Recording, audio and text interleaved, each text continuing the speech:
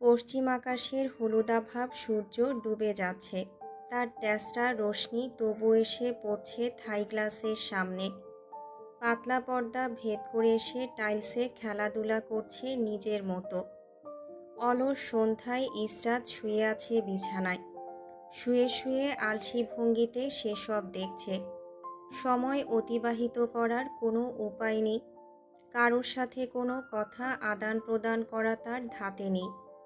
দুনিয়া উল্টে যাক, সে মরে যাক, তবুও টু শব্দটি করবে না এই বিষয়ে। নাসির সাহেব বলেছিলেন ছোটবেলায় তাদের, যাই করো, কখনো নিজের কষ্ট কাউকে বলবে না, সুখ আনন্দ ভাগাভাগি করে নেবে, কিন্তু দুঃখ নিজের ভেতর চেপে রাখবে। দেখবে সব একসময় ফুরিয়ে গেছে। সে দেখেছে দুঃখ, কষ্ট, হতাশা সব ফুরিয়ে গেছে। প্রায় 2 যুগ কাটার পর স্বাভাবিক সম্পর্কে বাবা চাচারা এসেছেন। আরশ নুসরাতের মনোমালিন্য ফুরিয়ে গেছে, তার দুঃখ ফুরিয়ে যাবে এক সময়। না হয় সে নিজেই নিঃশেষ হয়ে যাবে। সমস্যা কি? মরে গেলে এই লোহার খাঁচা থেকে মুক্তি পাবে। জাইন নামক বদ্ধ উন্মাদের হাত থেকে রেহাই পাবে। ইসরাত শুয়ে শুয়ে ভাবল জীবনের সেই রঙিন দিনগুলো, যখন তারা ভাই বোনরা সুখেই ছিল। আরশ, জাইন, হেলাল, লিপি নামক কেউ থেকেও যেন ছিল না। আবার যদি সেই সময়টাতে ফিরে যাওয়া যেত। ইস! চোখ স্থির তখনও মেঝের দিকে ছিল। উপরে তুলে তাকালো জানালার দিকে। তুষারপাত এবছর এখনো হয়নি, হয়তো শীতকালে হবে। বাসার সামনের উঁচু চেরি ব্লসম গাছটা হতে ফুল ঝরে পড়ছে, উড়ে যাচ্ছে নিঃস্বাধীন। সেও এমন উঠতে পারলে ভালোই হতো, এই বন্দি জীবন থেকে মুক্তি পেত। তার ভাবনার মধ্যেই রুমের দরজায় শব্দ হলো। উঠে বসতে যাবে, গলার স্বর ভেসে এলো, শুয়ে থাকুন, উঠতে হবে না। ইসরাত শুয়ে পড়ল। সারাদিন ভেটকি মাছের মতোই শুয়ে থাকে, বাড়ির সবার সাথে কথা হয়। যেদিন প্রথম নুসরাত জানতে পারল বঞ্চি আসছে, খুশিতে পাগল হয়ে গিয়েছিল। ইরহামের গলা ধরে প্রায় ঝুলে গিয়েছিল। ইসরাত সেটা দেখে হেসেছিল, তার বুকের ভার কমে গিয়েছিল। এর পরপরই একটা ঘটনা ঘটল। সেদিন রাতে তার অ্যাকাউন্টে 10 লক্ষ টাকা ট্রান্সফার হলো। নুসরাত এত টাকা কাউকে কখনো দেয় না, সে টাকার বিষয়ে খুবই হিসেবি। সবার কাছ থেকে চেয়ে চেয়ে টাকা নেবে, তবুও নিজের টাকাগুলো খরচ করবে না। টাকা যেখানে সে সেখানেই। সেই নুসরাত নাকি তাকে টাকা দিয়েছে, তাও এত বড় অ্যামাউন্টের। আশ্চর্য হতে ভুলে গেল সে। সাথে ছোট্ট একটা মেসেজ, এক প্রকার চিরকুট বলা যায়। অভিনন্দন, আমি কতটা খুশি তোকে বলে বোঝাতে পারবো না ইসরাত। আমি পৃথিবীর সব থেকে ভালো ফুপ্পি, ভালো খালা আর সব থেকে ভালো চাচি হব। কথাগুলো ভাবতে ভাবতেই তার হাসি ফুটল মুখে। জাইন হয়তো খেয়াল করল তা। গায়ের শার্ট খুলতে খুলতে জিজ্ঞেস করল, কি হয়েছে, হাসছেন যে? ইসরাত মাথা নাড়ালো দুই পাশে, তবুও তার হাসি মিটল না। তৃষ্ণার্ত কাকের ন্যায় জাইন সেদিকে তাকিয়ে রইল।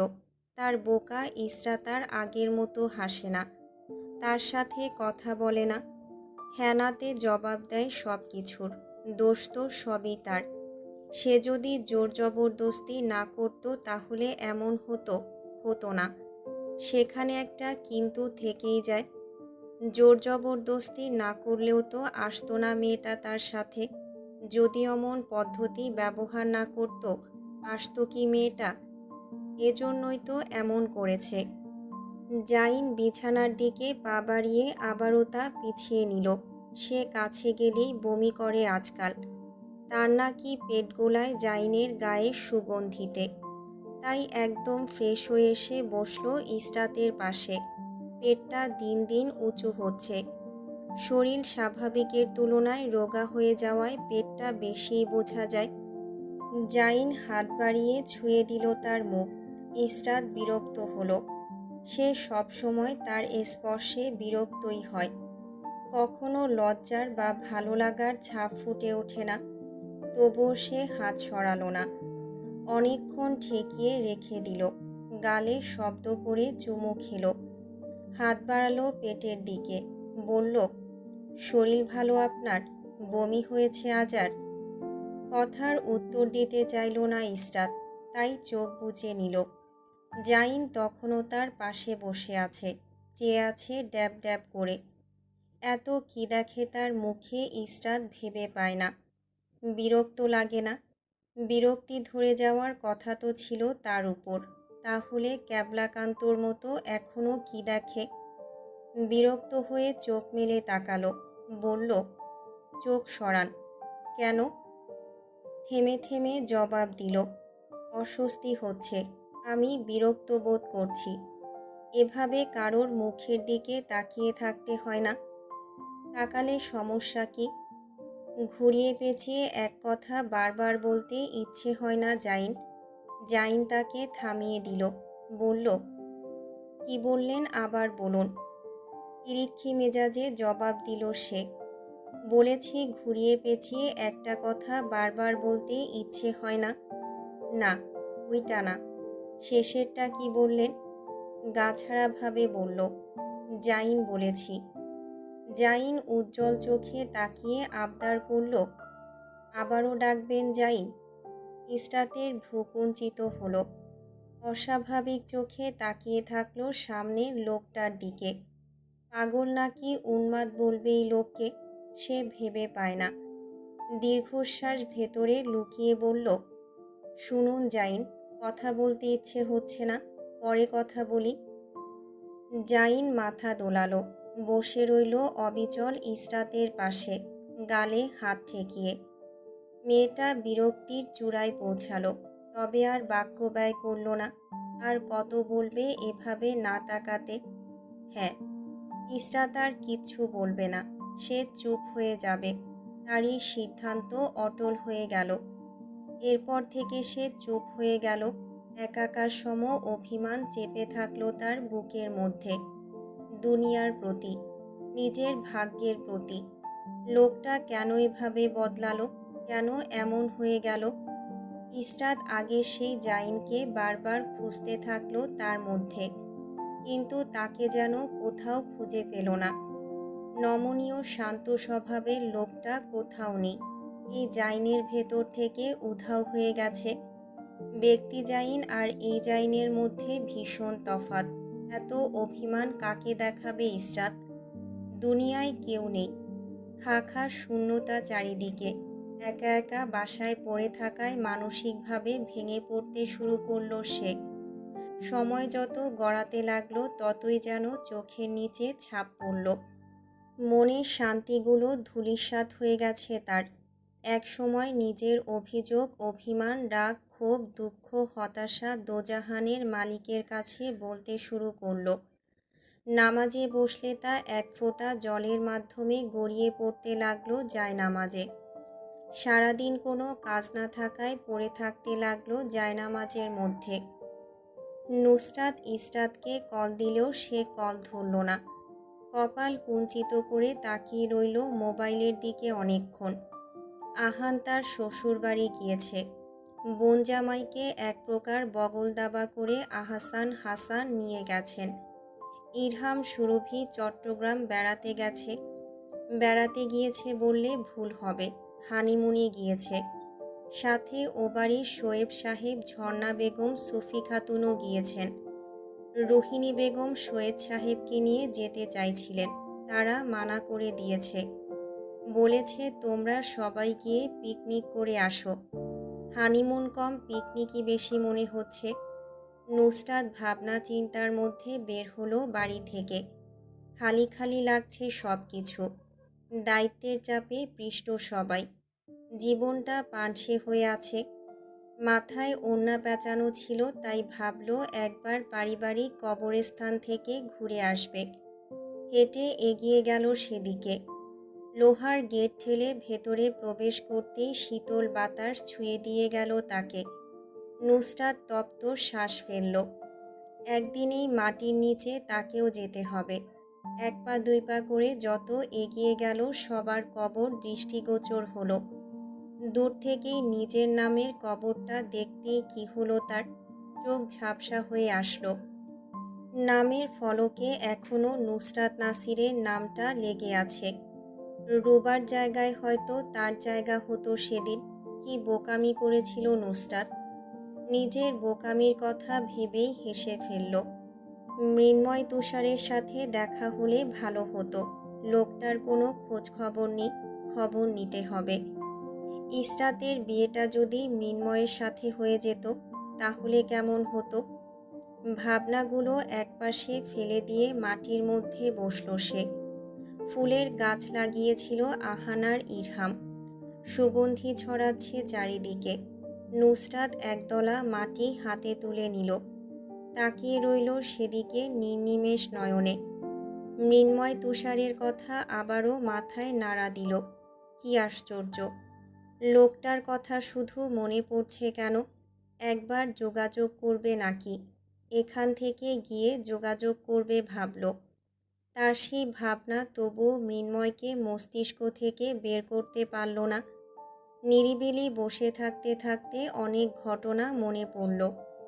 নুসরাত যখন টের পেল লোকটা ইসরাতকে পছন্দ করে, তখন সরাসরি তাকে জিজ্ঞেস করে বসল। এতে থতমত খেয়ে গিয়েছিল ভীষণ। অস্বীকার করতে চাইল সে, বুঝি বুঝি বলে হেসে উঠল। মৃন্ময় তাকে হুঁশিয়ারি দিয়ে বলেছিল, ভালো হচ্ছে না বলে দিচ্ছি মিসেস নুসরাত। নুসরাত সেই কথার জবাবে হো হো করে হেসে গড়াগড়ি খেয়েছিল। ভদ্রলোকের বাবা তাকে পছন্দ করেছিলেন, কারণ ওনার স্ত্রীর রঙটা চাপা ছিল। চাপা রঙের মেয়েদের দেখলেই বিয়ের প্রস্তাব দিয়ে বসেন তিনি। মৃন্ময়কে নুসরাত শুধিয়েছিল, কবে থেকে পছন্দ করেন ইসরাতকে? লোকটা কথার উত্তর না দিয়ে তার দিকে তাকিয়ে রইল। মৃদুস্বরে বলে উঠল, সেটা জেনে আপনার লাভ কি? সেটাই তো, জেনে তার লাভ কি? তাই আর জোর জবরদস্তি করেনি, শুধু জিজ্ঞেস করল, আপনি ইসরাতকে প্রথম যেদিন দেখেছিলেন সেদিন নাকি থমকে গিয়েছিলেন। আপনি জানলেন কিভাবে বিষয়টা? মম বলেছিল। মমকে? সেটা না জানলেও আপনার চলবে। এবার বলুন, কেন থমকে গিয়েছিলেন? মৃন্ময় হয়তো উত্তর দিত না। নুসরাতের ড্যাব ড্যাব করে তাকানোতে বাধ্য হলো এক প্রকার। তিরস্কারের সহিত বলল, আপনি খুবই বিরক্তিকর প্রাণী। জানি আমি, সাথে ইন্টারেস্টিং প্রাণী। কিভাবে? এই যে আমি আপনাকে যথেষ্ট পরিমাণ ইগনোর করার চেষ্টা করছি, তারপরও আপনার কথার আকর্ষণ বোধটুকু সরাতে পারছি না। আপনি নিজের দিকে মানুষকে আকর্ষণ করতে পারেন, সেই ক্ষমতা আছে। নুসরাত বিগলিত হেসে বলল, থ্যাংক ইউ। যাই হোক, কথা ঘোরানোর চেষ্টা করছেন। এত তাড়াতাড়ি আমি ঘুরছি না। এবার বলুন, কেন থমকে গিয়েছিলেন? মানুষ সুন্দর জিনিস দেখলেই থমকে যায়। নুসরাত কাঁধ ঝাঁকালো, ভ্রু নাচিয়ে শুধালো, ইসরাতকে আপনার এত ভালো লেগেছে? হুম। ওনার চেহারা মানুষকে অ্যাট্রাক্ট করে খুব। আমি অবাক হয়ে গিয়েছিলাম এত সুন্দর একজন মানুষ যে সিলেটে আছে তা দেখে। ওনাকে আপনারা চাইলে চলচ্চিত্রে দিতেই পারতেন। উনি এতটাই সুন্দর ছিলেন যে আমি 5 মিনিটের জন্য থমকে গিয়েছিলাম। আমার জাগতিক জ্ঞান উধাও হয়ে গিয়েছিল। নুসরাত হাসল, বলল, আমাকে এমন আজ পর্যন্ত কেউ বলল না।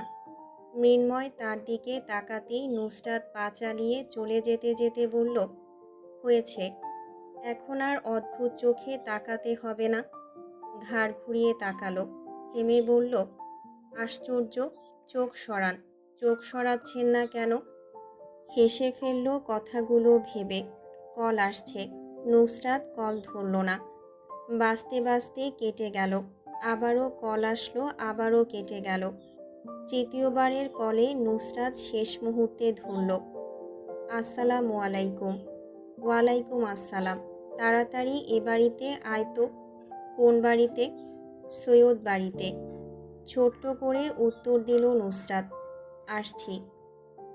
আসছি বলে সে উধাও। 4-5 ঘন্টা কেটে যাওয়ার পর সন্ধ্যার দিকে এসে হাজির হলো সৈয়দ বাড়িতে। আরশ তখনও তার অপেক্ষায় বসেছিল। গায়ে আটসাট কালো রঙের শার্ট, দুটো বোতাম খুলে রাখা। সোফার উপর বসে আছে, পায়ের উপর পা তুলে। নুসরাত এগিয়ে গেল। বাড়িটায় পিনপতন নীরবতা। তার পায়ের শব্দ তার কানেই বাজছে। অবাক চোখে কিছুক্ষণ আশপাশ দেখল। আরশ সোফার উপর বসে কিছু একটা করছে। নুসরাত অবাক কণ্ঠে জিজ্ঞেস করল, বাড়ির সবাই কোথায়? সবাই বলতে এক্স্যাক্ট কাকে কাকে খুঁজছিস? ছোট আম্মু আর ছোট চাচ্চুকে। আরশের চোখ তখনও ল্যাপটপের দিকে। নুসরাতকে এগিয়ে আসতে দেখে তড়াক করে শাটার বন্ধ করে দিল। নুসরাতের ভ্রু কুঁচকে গেল নিমিষেই। গা ঘেঁষে বসতে বসতে জানতে চাইল, কি লুকাচ্ছেন? সিক্রেট। কথা শেষ করে তার সামনে আসা 2 গাছি চুল সরিয়ে দিল। বলল, জিজ্ঞেস করলি না যে কেন ডেকে পাঠালাম? নুসরাত ভ্রুকুটি করল। বলল, হ্যাঁ বলুন, কেন ডেকে পাঠিয়েছেন? পকেট থেকে সাদা পাথরের একটা রিং বের করল আরশ। নুসরাতের বাঁ হাতের তর্জনী আঙুলে পরিয়ে দিতে গিয়ে থেমে গেল। সেখানে সাধারণ একটা রিং জায়গা দখল করে আছে। হাত উল্টে পাল্টে দেখার পূর্বেই নুসরাত মুঠো করে নিল। বলল, এত দেখার কি আছে?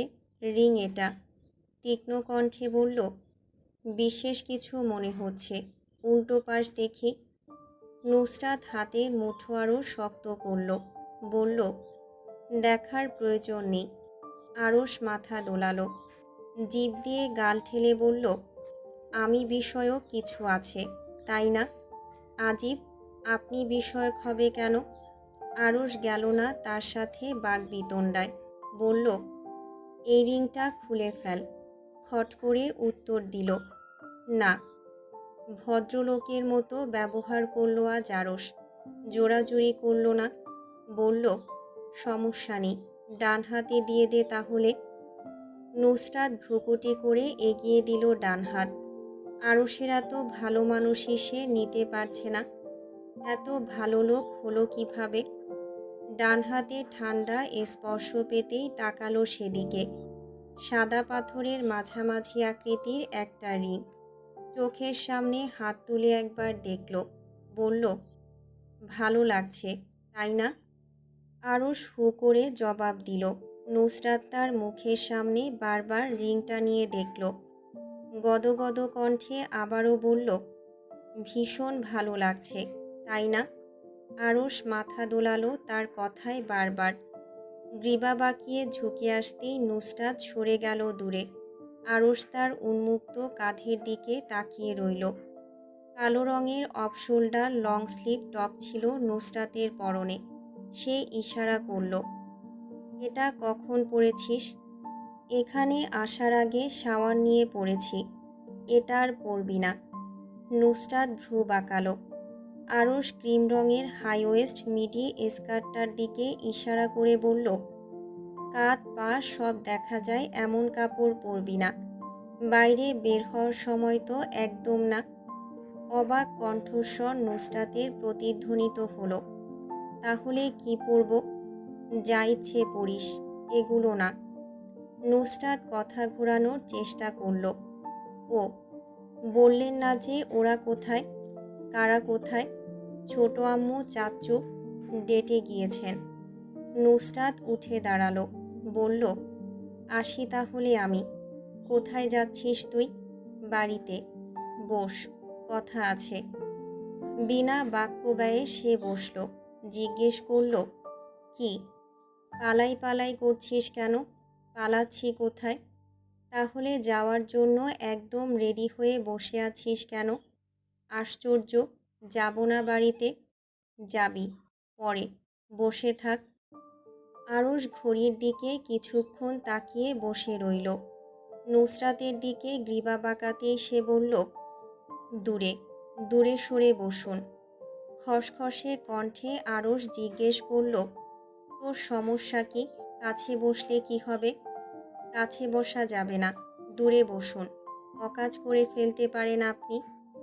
আরশ সরে বসল, বিড়বিড় করে বলল, একদিনের জন্য তুই আমার কথা শুনলে আমি তোকে দিয়ে কি কি করাতাম তা তুই ভাবতেও পারবি না। নুসরাত শুনে ফেলল, বলল, কি করতেন? আগে একদিনের জন্য আমার কথা শোন, তারপর দেখ। নুসরাত বলল, আচ্ছা শুনব। ভ্রু চেয়ে শুধালো, কোন দিন? হুম, আজকে। আজকে? তাহলে ওয়াদা কর।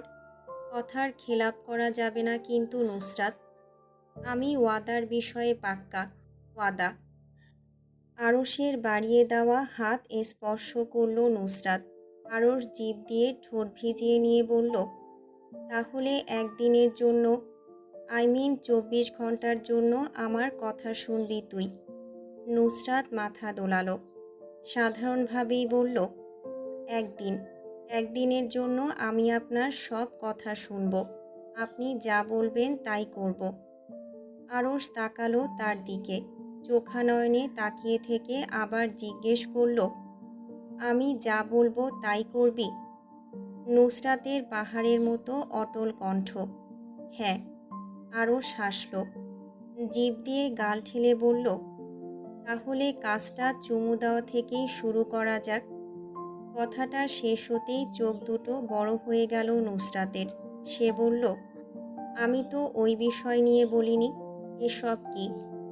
আরশ হাত বাড়িয়ে তাকে স্পর্শ করার আগেই সে সামান্য সরে গেল। শুধু হ্যাঁ হবে আমার কথায়, কোনো না নেই। রুমে চল। রুমে কেন? সেটা রুমে গেলেই বুঝতে পারবি। আরশ আরেকটু আগাতেই নুসরাত সোফা থেকে উঠে দাঁড়িয়ে গেল তড়াক করে। উপরের করিডোর নীরবতা বিরাজমান। কেউ না থাকার জন্য নুসরাতের উঠে দাঁড়িয়ে পিছিয়ে যাওয়ার শব্দ ধূপধাপ হলো। আরশ নিজেও উঠে দাঁড়ালো। নুসরাত দুই পাশে মাথা দুলিয়ে বলল, এটা চিটিং, আপনি বাটপারি করছেন। আমি ভেবেছি। হ্যাঁ, তুমি কি ভেবেছিলে? সাদা টাইলসে পা ফেলে আরশ এগিয়ে গেল। নুসরাতের চোখ তার পায়ের দিকে গেল একবারের জন্য। ফর্সা পা জোড়ায় রক্ত জমাট বাঁধতে দেখল সে। তার কথা কানে যেতেই মুখ তুলে তাকালো। ভরকানো চেহারা প্রতিচ্ছবি হলো আরশের সামনে। বলল, আপনি তুমিতে যাচ্ছেন কেন? বিশেষ মুহূর্তে বিশেষভাবে ডাকছি প্রিসিয়াস। আরশ বাকিটুকু শেষ করতে পারল না। আরশ তাকে থামিয়ে দিল, বলল, ওয়াদাবদ্ধ তুমি। আমি যা বলবো, যা করতে বলবো সব কিছুতে হ্যাঁ বলতে হবে। 24 আওয়ার্সের জন্য হ্যাঁ বলতে হবে। মাত্র 5 মিনিট হয়েছে ওয়াদাবদ্ধ হওয়ার। নুসরাতের চোখ কোটর ছেড়ে বেরিয়ে আসলো। সেখানে অসহায়ত্ব ভর করল। ভয়ে হোক আতঙ্কে হোক পিছিয়ে গেল তার গলার আওয়াজ। প্রতিধ্বনিত হলো, আপনি এমন করতে পারেন না আরশ ভাই। আরশ হাসল। নুসরাতের চোখের মধ্যে তাকে দানবের মতো ঠেকল। সে সদর দরজার দিকে ছুটল, ধূপধাপ করে। দৌড়ের সাথে স্কার্টটা উড়ল। পেছন থেকে আরশের হাসির শব্দ ভেসে আসছে। তার সাথে গুঞ্জন উঠল, I will chase you and you will run away from me. How nice. আরশের কথা সে কানেই ঢুকালো না। ঝড়ের গতিতে ছুটল। তার সেই ছোটার মধ্যেই শূন্যে ভাসল পা দুটো, ঝুলে রইল। চোখ নিচে যেতেই স্তম্ভিত হলো সে। এক হাতে তাকে আঁকড়ে ধরে রেখেছে লোকটা। তার পা দুটো মেঝেতে স্পর্শ করছে না। নুসরাত চেঁচালো, আপনি এমন করতে পারেন না। আমাকে দিয়ে ওয়াদা করিয়েছেন এজন্য? আপনি বাটপার, লম্পট। নুসরাতের চেঁচানোর মধ্যেই সদর দরজা আটকে দিল আরশ। বলল, শান্ত হও। নুসরাত শান্ত হলো না। আরও বেশি বাড়ল তার হাত পা ছোড়া। আরশ তাকে শান্ত করার চেষ্টা বাদ দিয়ে কাঁধে তুলে নিল। মেয়েটার অর্ধেক শরীর ঝুলে রইল আরুষের পিঠের দিকে। সে উল্টে থেকে বলল, আমি আপনাকে গলা টিপে মেরে ফেলব। আচ্ছা, আপনি একটা খবিশ। ওকে। মেয়েটার কণ্ঠস্বরে অসহায়ত্ব, চোখ দুটো নমনীয় হয়ে আসলো। আপনি এমন করছেন কেন? কেমন করছি? উত্তর দেওয়ার সুযোগ হয়ে উঠল না নুসরাতের লাফালাফিতে। অদ্ভুত কর্মকাণ্ডে নিজেই উল্টে গেল। চোখ দুটো কুঁচকে গেল, গলা ফেরে চেঁচিয়ে উঠল সে। ধরাম করে পড়ার আগেই তার পা ধরে টেনে নিল আরশ। বলল, শান্ত হতে বলেছি না? আপনি আমাকে ছেড়ে দিন, আমি শান্ত হয়ে যাব। বাচ্চাদের মতো আচরণ করছো তুমি। ফার্স্ট আপনি আমাকে তুমি করে বলা বন্ধ করুন, অস্বাভাবিক লাগছে। আরশ তার কথায় কোনো মাথা ব্যথা প্রকাশ করল না। সিঁড়ি ভেঙে উপরে উঠে গেল। ধূপধাপ শব্দ যত বাড়ল, নুসরাতের ছুটে যাওয়ার প্রবণতা ততই বাড়ল। অসহায় কণ্ঠে বিড়বিড় করতে শোনা গেল, আপনি এমন করতে পারেন না আরশ ভাই। আরশ তাকে বিছানার উপর ফেলে দিল। দরজার নব ঘুরিয়ে লক করে দিতে দিতে হাসল। হাসির শব্দের সাথে প্রতিধ্বনি হলো কিছু বাক্য। আমি সব করতে পারি, তুমি যা যা ভাবতে পারো না তা তা আমি করতে পারি। বারবার ভুলে যাও কেন? You are my wife, legal wedded wife. বোঝো কিছু? নুসরাত কানেই তুলল না সেসব। উঠে দাঁড়ালো লাফ মেরে। বলল, আমি ক্যারাটে জানি, কাছে এসে দেখুন, ঘাড় ভেঙে রেখে দেব। আমিও জানি। কপাল কুঞ্চিত করে অনেকক্ষণ দাঁড়িয়ে রইল মেয়েটা। বলল, এসব পাপ কাজ করতে নেই আরশ ভাই। আরশ না চাইতেও হেসে ফেলল আবার। তোমার অসহায় কণ্ঠ শুনতে ভালো লাগছে। আপনি পাগল। পাগলাগারো থেকে ঘুরে এসেছি। তাহলে কি আমি? তুমিই বলো। আরশকে এগিয়ে আসতে দেখেই নুসরাত দুই লাফে বেডের শেষের দিকে চলে গেল। সঙ্গে সঙ্গে মরমর করে শব্দ হলো। নুসরাত আতঙ্কিত মুখে একবার দেখল বিছানাকে, একবার দেখল আরশকে। ধরাম করে শব্দ হতেই খাটের এক পাশ ভেঙে পড়ল। যে পাশে নুসরাত দাঁড়িয়েছিল, সরে যাওয়ার আগেই ভাঙা অংশের সাথে নিজেও পড়ে গেল। ঘাড়ে ব্যথা পেল, চেঁচিয়ে উঠল। ভেঙে গেল কিভাবে? বেডে উঠে লাফালাফি করছো ব্যাঙের মতো, আর ভাবছো টিকে থাকবে? নুসরাতকে টেনে তুলে নিল সেখান থেকে আরশ। পাজা কোলে তুলে নিয়ে আগালো অন্য রুমের দিকে। নুসরাত বলল, খাট ভেঙে গেছে, দেখেছেন? আজকে আমাদের ভেতর কিছু হোক, খাটও চাচ্ছে না। আমি চলে যাই তাহলে। তার আর চলে যাওয়া হলো না। আরশের কোল থেকে হাজার চেষ্টা করেও ছুটে পালাতে পারল না। শার্ট খুলে ছুঁড়ে মারে দূরে। দুই একটা বোতাম মেঝেতে পড়ে শব্দ হয়। বাহির থেকে মৃদু আলো এসে রুমে পড়ছে। সেই আলোয় দেখা যায় বিছানায় মেয়েটাকে সহ ঝাঁপিয়ে পড়ছে আরশ। শক্ত বুকের নিচে পিষে ফেলে নিমিষেই। হাত পা ছোড়া তখনও চলছে তার। অবাধ্য স্পর্শরা কাবু করতে চাইল নুসরাতকে।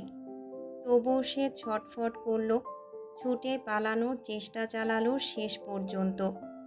তার সেই বৃথা চেষ্টা দেখে আরশ হেলাল শুধুই হাসল। খামচি ধাক্কা কিল মেরে দূরে সরাতে চাইল শীর্ণ হাতগুলো। তাও চলে গেল আরশের এক হাতের মুঠোয়, শক্ত করে আঁকড়ে ধরল। ভারী শরীরের নিচে তার শ্বাস প্রশ্বাস ঘন হলো। হাঁ করে শ্বাস ফেলে আওড়ালো, আমি আর কখনো আপনাকে বিশ্বাস করব না। সেই কথা রুমের চার দেয়ালে বাড়ি খেয়ে মিলিয়ে যায়। আরশ তার সংবেদনশীল উন্মুক্ত কাঁধে দাঁত বসায়। হায়নার মতো অবিরত চলতে থাকা দুটো ঠোঁট নিজের ওষ্ঠের ভাঁজে মিলিয়ে নেয়। নুসরাত না চাইতেও ফুঁপিয়ে ওঠে, ক্ষোভে মুখ লাল হয়। আরশের নাকে ইচ্ছে মতো কয়েকটা মারার আকাঙ্ক্ষা জাগ্রত হয়। তা মাঝপথেই জলাঞ্জলি দিতে হয়। আরশ প্রেয়সীর রাগে ক্ষোভে ফুলে ফেপে ওঠা মুখ দুই হাতের অঞ্জলিতে আঁকড়ে ধরে, শুধায়, আফসোস হচ্ছে। তার চোখ বেয়ে এক ফোঁটা জল গড়িয়ে পড়ল। কাঁদো কাঁদো স্বর ভাসল। ভীষণ, ভীষণ আফসোস হচ্ছে। আমি আপনাকে খুন করব, 2 হাতে গলা টিপে মেরে ফেলব। আরশ নুসরাতের কথায় হেসে ফেলে, ওহো করে। গা দুলে উঠছে তার হাসির তালে। ফিসফিসানোর স্বর প্রতিধ্বনি হলো পুরো রুমে। আমার কষ্ট বোঝো তুমি? 19টা বছর তুমি সময় পেয়েছ। 19 বছরে কত দিন হয়, কত সপ্তাহ হয়, কত মাস হয় বোঝো তুমি? বলো, বোঝো তুমি? বোকার মতো আচরণ করছো তুমি সুইটহার্ট। নুসরাতের চোখের পানি মুছে দিল হাতের তালু দিয়ে আরশ। মেয়েটার গলার স্বর ভঙ্গুর। তো কি বুঝবো? আপনাকে দেখলেই কাছে আসো যান, কাছে আসো না বলবো? আরশ সে কথার উত্তর দিল না। চুলে হাত বুলিয়ে দিল। হাত পা ছোড়া বন্ধ হয়েছে অনেকক্ষণ আগে। চুপচাপ বুকের নিচে পড়ে আছে এখন, কিন্তু পিঠে খামচি দেওয়া অব্যাহত রয়েছে। ইচ্ছে মতো খামচি বসিয়ে শোধ তুলছে। সময় নিল কিছু একটা বলার জন্য। ঢোক গিলে বলল, আপনি আমাকে ম্যানুপুলেট করেছেন। আফসোস হচ্ছে। আপনার কথায় আসলাম কিভাবে আমি?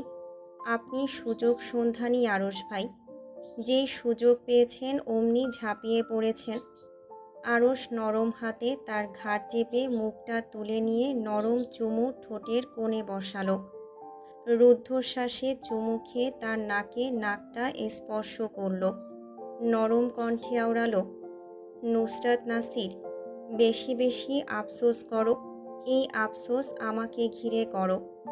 আমাকে ঘিরে তোমার সব কিছু আমি ভীষণ পছন্দ করি। আফসোস, চিৎকার, কান্না আমি ভীষণ পছন্দ করি। আমার কষ্টের একাংশ তুমি অনুভব করতে পারোনি। আমি কেন একা অনুভব করব? এবার তুমিও করো। নুসরাত চোখ মেলে তাকালো যখন, তখন ভীষণ সুন্দর একজোড়া চোখের সাথে তার দৃষ্টি মিলল। ঘন পল্লবে ঘেরা চোখ দুটোর পানে তাকিয়ে থাকতে থাকতে তার চোখ বেয়ে এক ফোঁটা জল গড়িয়ে পড়ল। সে জিজ্ঞেস করতে চেয়েছিল কি এমন কষ্ট অনুভব করেছে আরশ। সেই কথা আর জিজ্ঞেস করতে পারল না। লালাভ বর্ণ ধারণ করা চোখগুলোর দিকে তাকিয়ে থাকার শেষ হতেই চোখ বন্ধ করে ফেলল। হাত তুলে ঢেকে দিল আরশেরও চোখ।